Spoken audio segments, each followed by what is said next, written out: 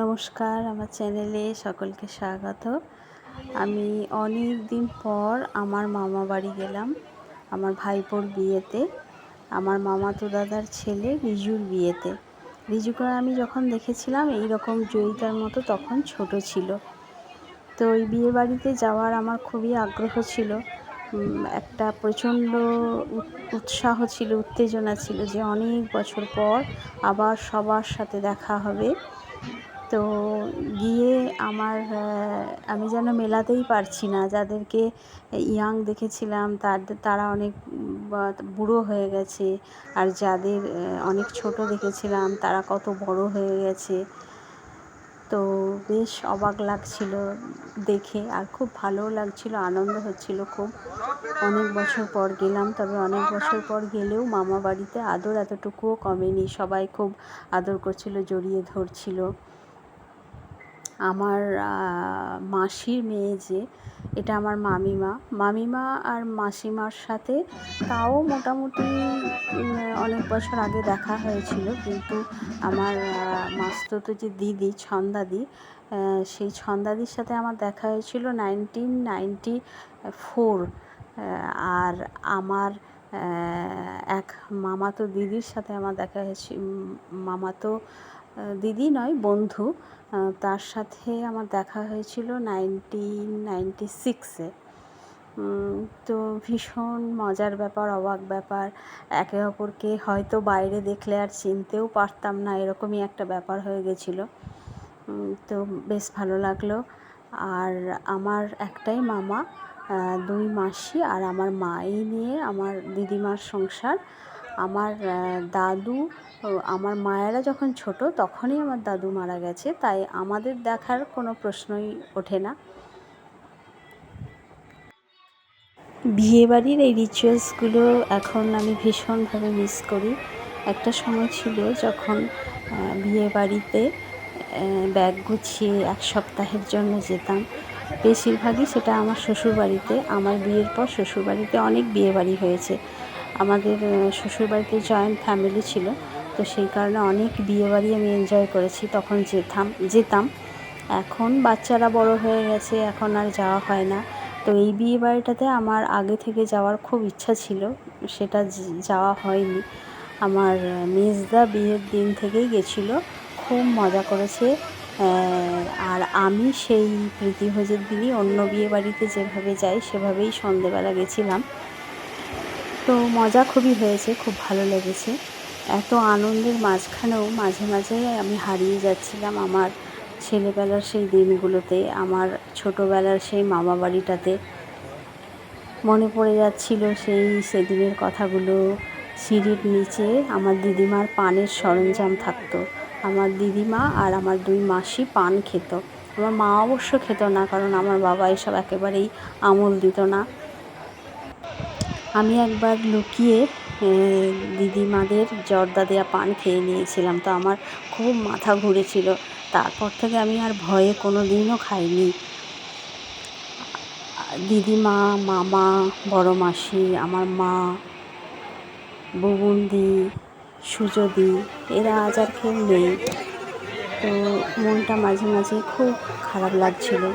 বুবুন্দি আমাকে ভীষণ ভালোবাসতো। আমার মামার ছোট মেয়ে, মাত্র 21 বছর বয়সে ক্যান্সারে মারা গেছে।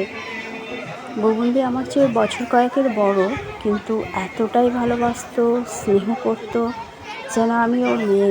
ওর কাছে আমি ওর মেয়ের মতো, মা না সোনা এরকম করে আদর করে ডাকতো, খুব ভালোবাসতো, খুব স্নেহ করতো। গাজুদাও খুব স্নেহ করতো। এই যে টিভির নিচে দিদিমার এই মালা পরানো ছবিটা দেখে চোখে জল এসে যাচ্ছিল, নিজেকে সামলে নিলাম, কারণ আনন্দের দিনে চোখে জল ফেলাটা ঠিক নয়। তারপর গাজুদাও খুব ভালোবাসতো, স্নেহ করতো। যেই দাদার ছেলের বিয়ে হচ্ছে, তো একজন রাঁধুনি ছিল ওদের মামাদের, শতমাসি বলে। তো ওই শতমাসি খুব রাগী ছিল, ওকে আমি খুব ভয় করতাম। এই হলুদ শাড়ি পরেটা আমার মাসির মেয়ে, আর আমার মেয়ের পাশে আমার দাদা, আমার ছোড়দা, অ্যাকচুয়ালি মেজদা, কিন্তু আমার দিদিদের ছোড়দা। আমিও ছোড়দা বলেই ডাকি। তো সেই মাসিকে গাজুদা বলতো, ওকে খেতে দিয়েছো? ওই মাসি যদি বলতো যে না এখনও দিইনি, তখন গাজুদা আমার দিকে তাকিয়ে বলতো, এই জন্যেই তোরা মামাবাড়ি আসিস না বল, মামাবাড়িতে একদম খাতির হয় না।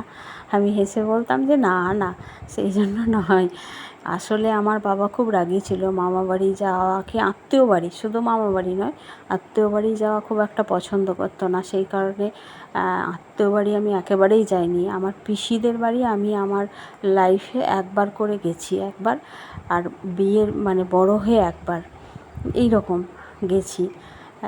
মাসি বাড়িও সেরকম খুব কম, 2বার কি 3বার, মানে হাতে গোনা এরকম গেছি। তো যেতাম না খুব একটা, মা একাই মামা বাড়ি যেত। তো বাপের বাড়ি যাওয়ার একটা আলাদা আনন্দ ছিল। এটা আমার বন্ধু কাম মামার মেয়ে আর কি।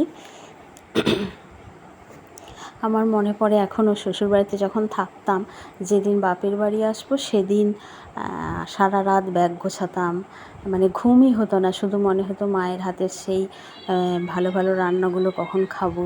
আর ওই সব শাড়ি টাড়ি ছেড়ে দিয়ে একটা কমফোর্টেবল ড্রেস পরে হাত পা ছড়িয়ে মায়ের সাথে গল্প করব, চা খাবো। মায়ের সাথে চায়ের আড্ডাটা আমার অনেকক্ষণ ধরে হতো। বাবা বলতো কখন কাজ হবে তোমার, এতক্ষণ ধরে চা খেলে কি হয়?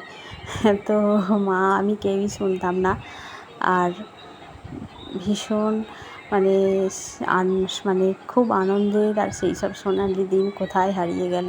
বাপের বাড়ি বলেই আর কিছু নেই, শ্বশুরবাড়ি বলেও সেরকম কিছু নেই।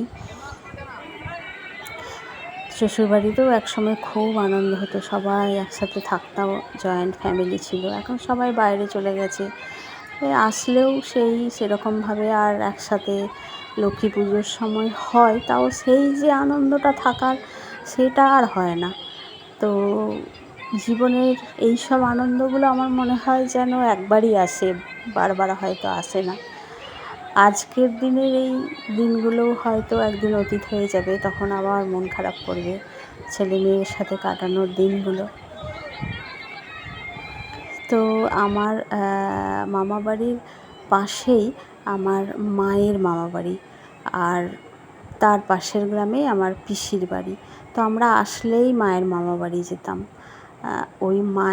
ওইখানে মায়ের যে মামাতো ভাই ছিল ছোট, তার মেয়ে ডেজি আমার বন্ধু ছিল, খুব বন্ধু ছিল। ওর সাথেই আমার দেখা হয়েছিল 1996 নাগাদ, আর এই বিয়ে বাড়িতে দেখা হলো।